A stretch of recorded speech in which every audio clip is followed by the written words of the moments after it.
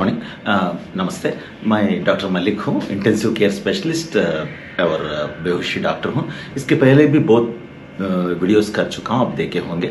आज एक important topic के लिए बात करने आया हूँ। वो बोलते हैं CVA।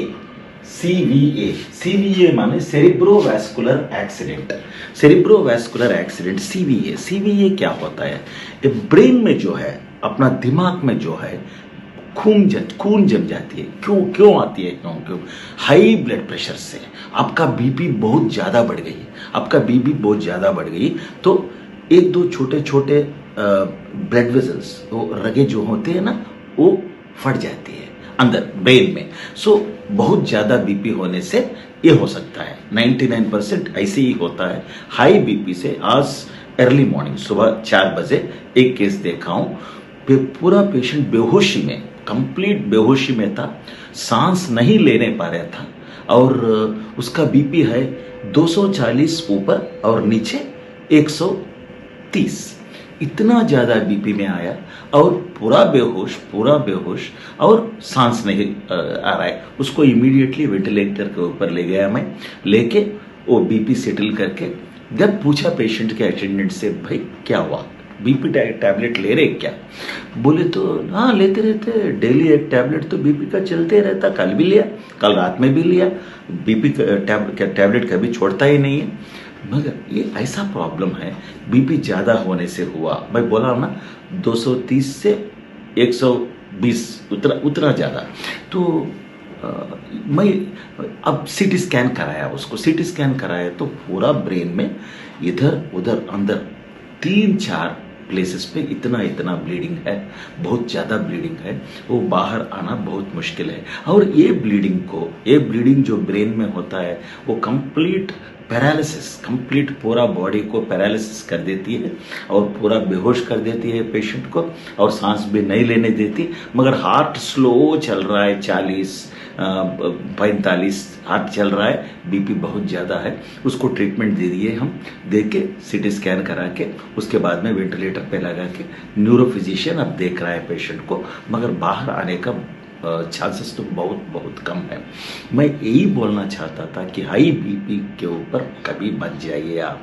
हाई बीपी से बहुत ज्यादा प्रॉब्लम्स है, वो छोड़िए, मगर ये इमरजेंसी होती है, ये डायर इमरजेंसी है, इससे बाहर आना बहुत मुश्किल है। ओनली थिंग इज, सब क्या सोचते हैं मैं बीपी टैबलेट ले रहा हूँ बस ठीक हूँ। वैसा नहीं है भाई। अगर आप बीपी का टैबलेट, आप किसी डॉक्टर के पास गए, आपको बीपी ज्यादा है, 3-4 दिन देख के एक बीपी टैबलेट आपको, जो आप उसको अच्छा लगता है, आपका बॉडी को कौन सा टैबलेट चाहिए वो लिखते हैं।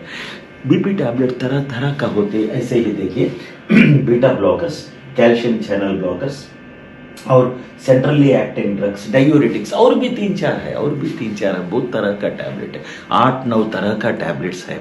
सो एग्जाम्पल मैं बोलता हूं, अगर आप मेरे पास आए, मैं पूरा चेक करा, आपको एक टेल्माफार्टी टैबलेट लिख के दिया।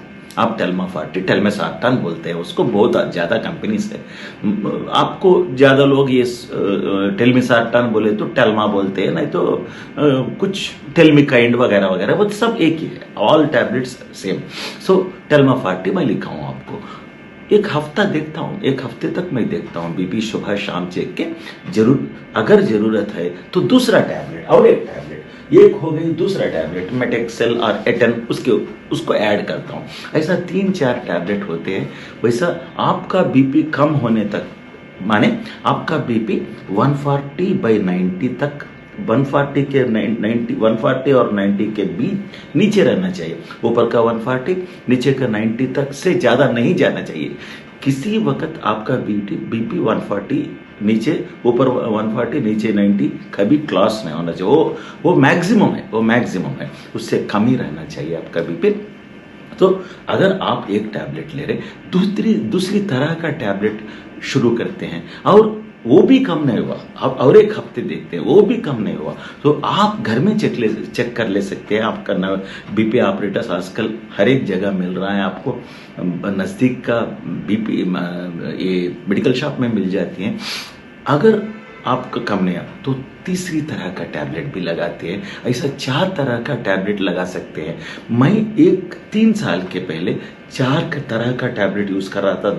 सुबह 2, एक ही तरह का टैबलेट नहीं है, ऐसे 4 टाइप का, और भी 3-4 टाइप मैंने लिखा हूं आपको, क्योंकि बहुत लिखे तो आप कंफ्यूज होते हैं। सो एक ए टैबलेट, एक ए टैबलेट, एक ए टैबलेट, एक ए टैबलेट, ये 4 टाइप का टैबलेट मैं ले रहा था, सुबह 2 शाम में 2। जब कंट्रोल होती थी उसके बाद में मैं थोड़ा डाइट चेंज कर दिया हूँ, थोड़ा एक्सरसाइज करने लगा हूँ। सो 80% डाइट और 80% डाइट और 20% एक्सरसाइज अपना डेली शेड्यूल में। 80% आप 80% डाइट के ऊपर कंसंट्रेट करना चाहिए और 20% जो एक्सरसाइज के ऊपर भी कंसंट्रेट करना चाहिए। ये कभी कोई भी डॉक्टर से पूछे यही बोलते हैं, 80-20 बोलते हैं। सो मैं क्या कर रहा हूँ, मैं डाइट चेंज कर दिया हूँ 3 साल से। और मुझे शुगर भी थी, मैं ओवरवेट भी था, बहुत ज़्यादा वेट था, और मेरा उम्र अब 60 से ज़्यादा है, 60 हो गई। और हाँ, एक 6 महीने के पहले मैं 60 साल कंप्लीट हो गई मेरा।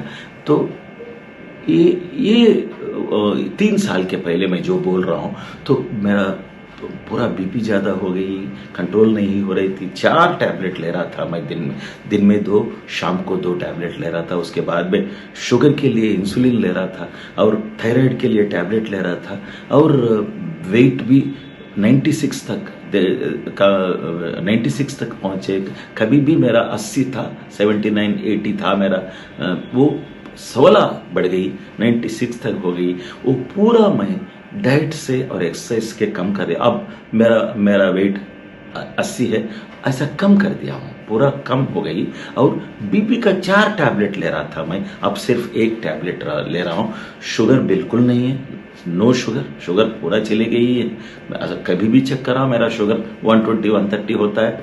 और थायराइड का टैबलेट भी छोड़ दिया, वो भी नॉर्मल हो गई, और वेट इतना कम हो गई। वो सब टैबलेट मैं डाइट से कर चुका हूँ। इसका वीडियोस मैं पहला वीडियो 1, वीडियो 2, वीडियो 3 शुरू में कर चुका हूँ। कैसा मैं प्राइमरी में मैं क्यों वीडियो कर रहा हूँ, इसी के लिए मैं शुरू करा था। मैं कैसा बैक हो गया हूँ। और 4 टैबलेट बीपी को जब ले रहा था, अब सिर्फ 1 टैबलेट काफ़ी है। बस 1 टैबलेट सुबह ले लेता हूँ, बस कंट्रोल में रहती है।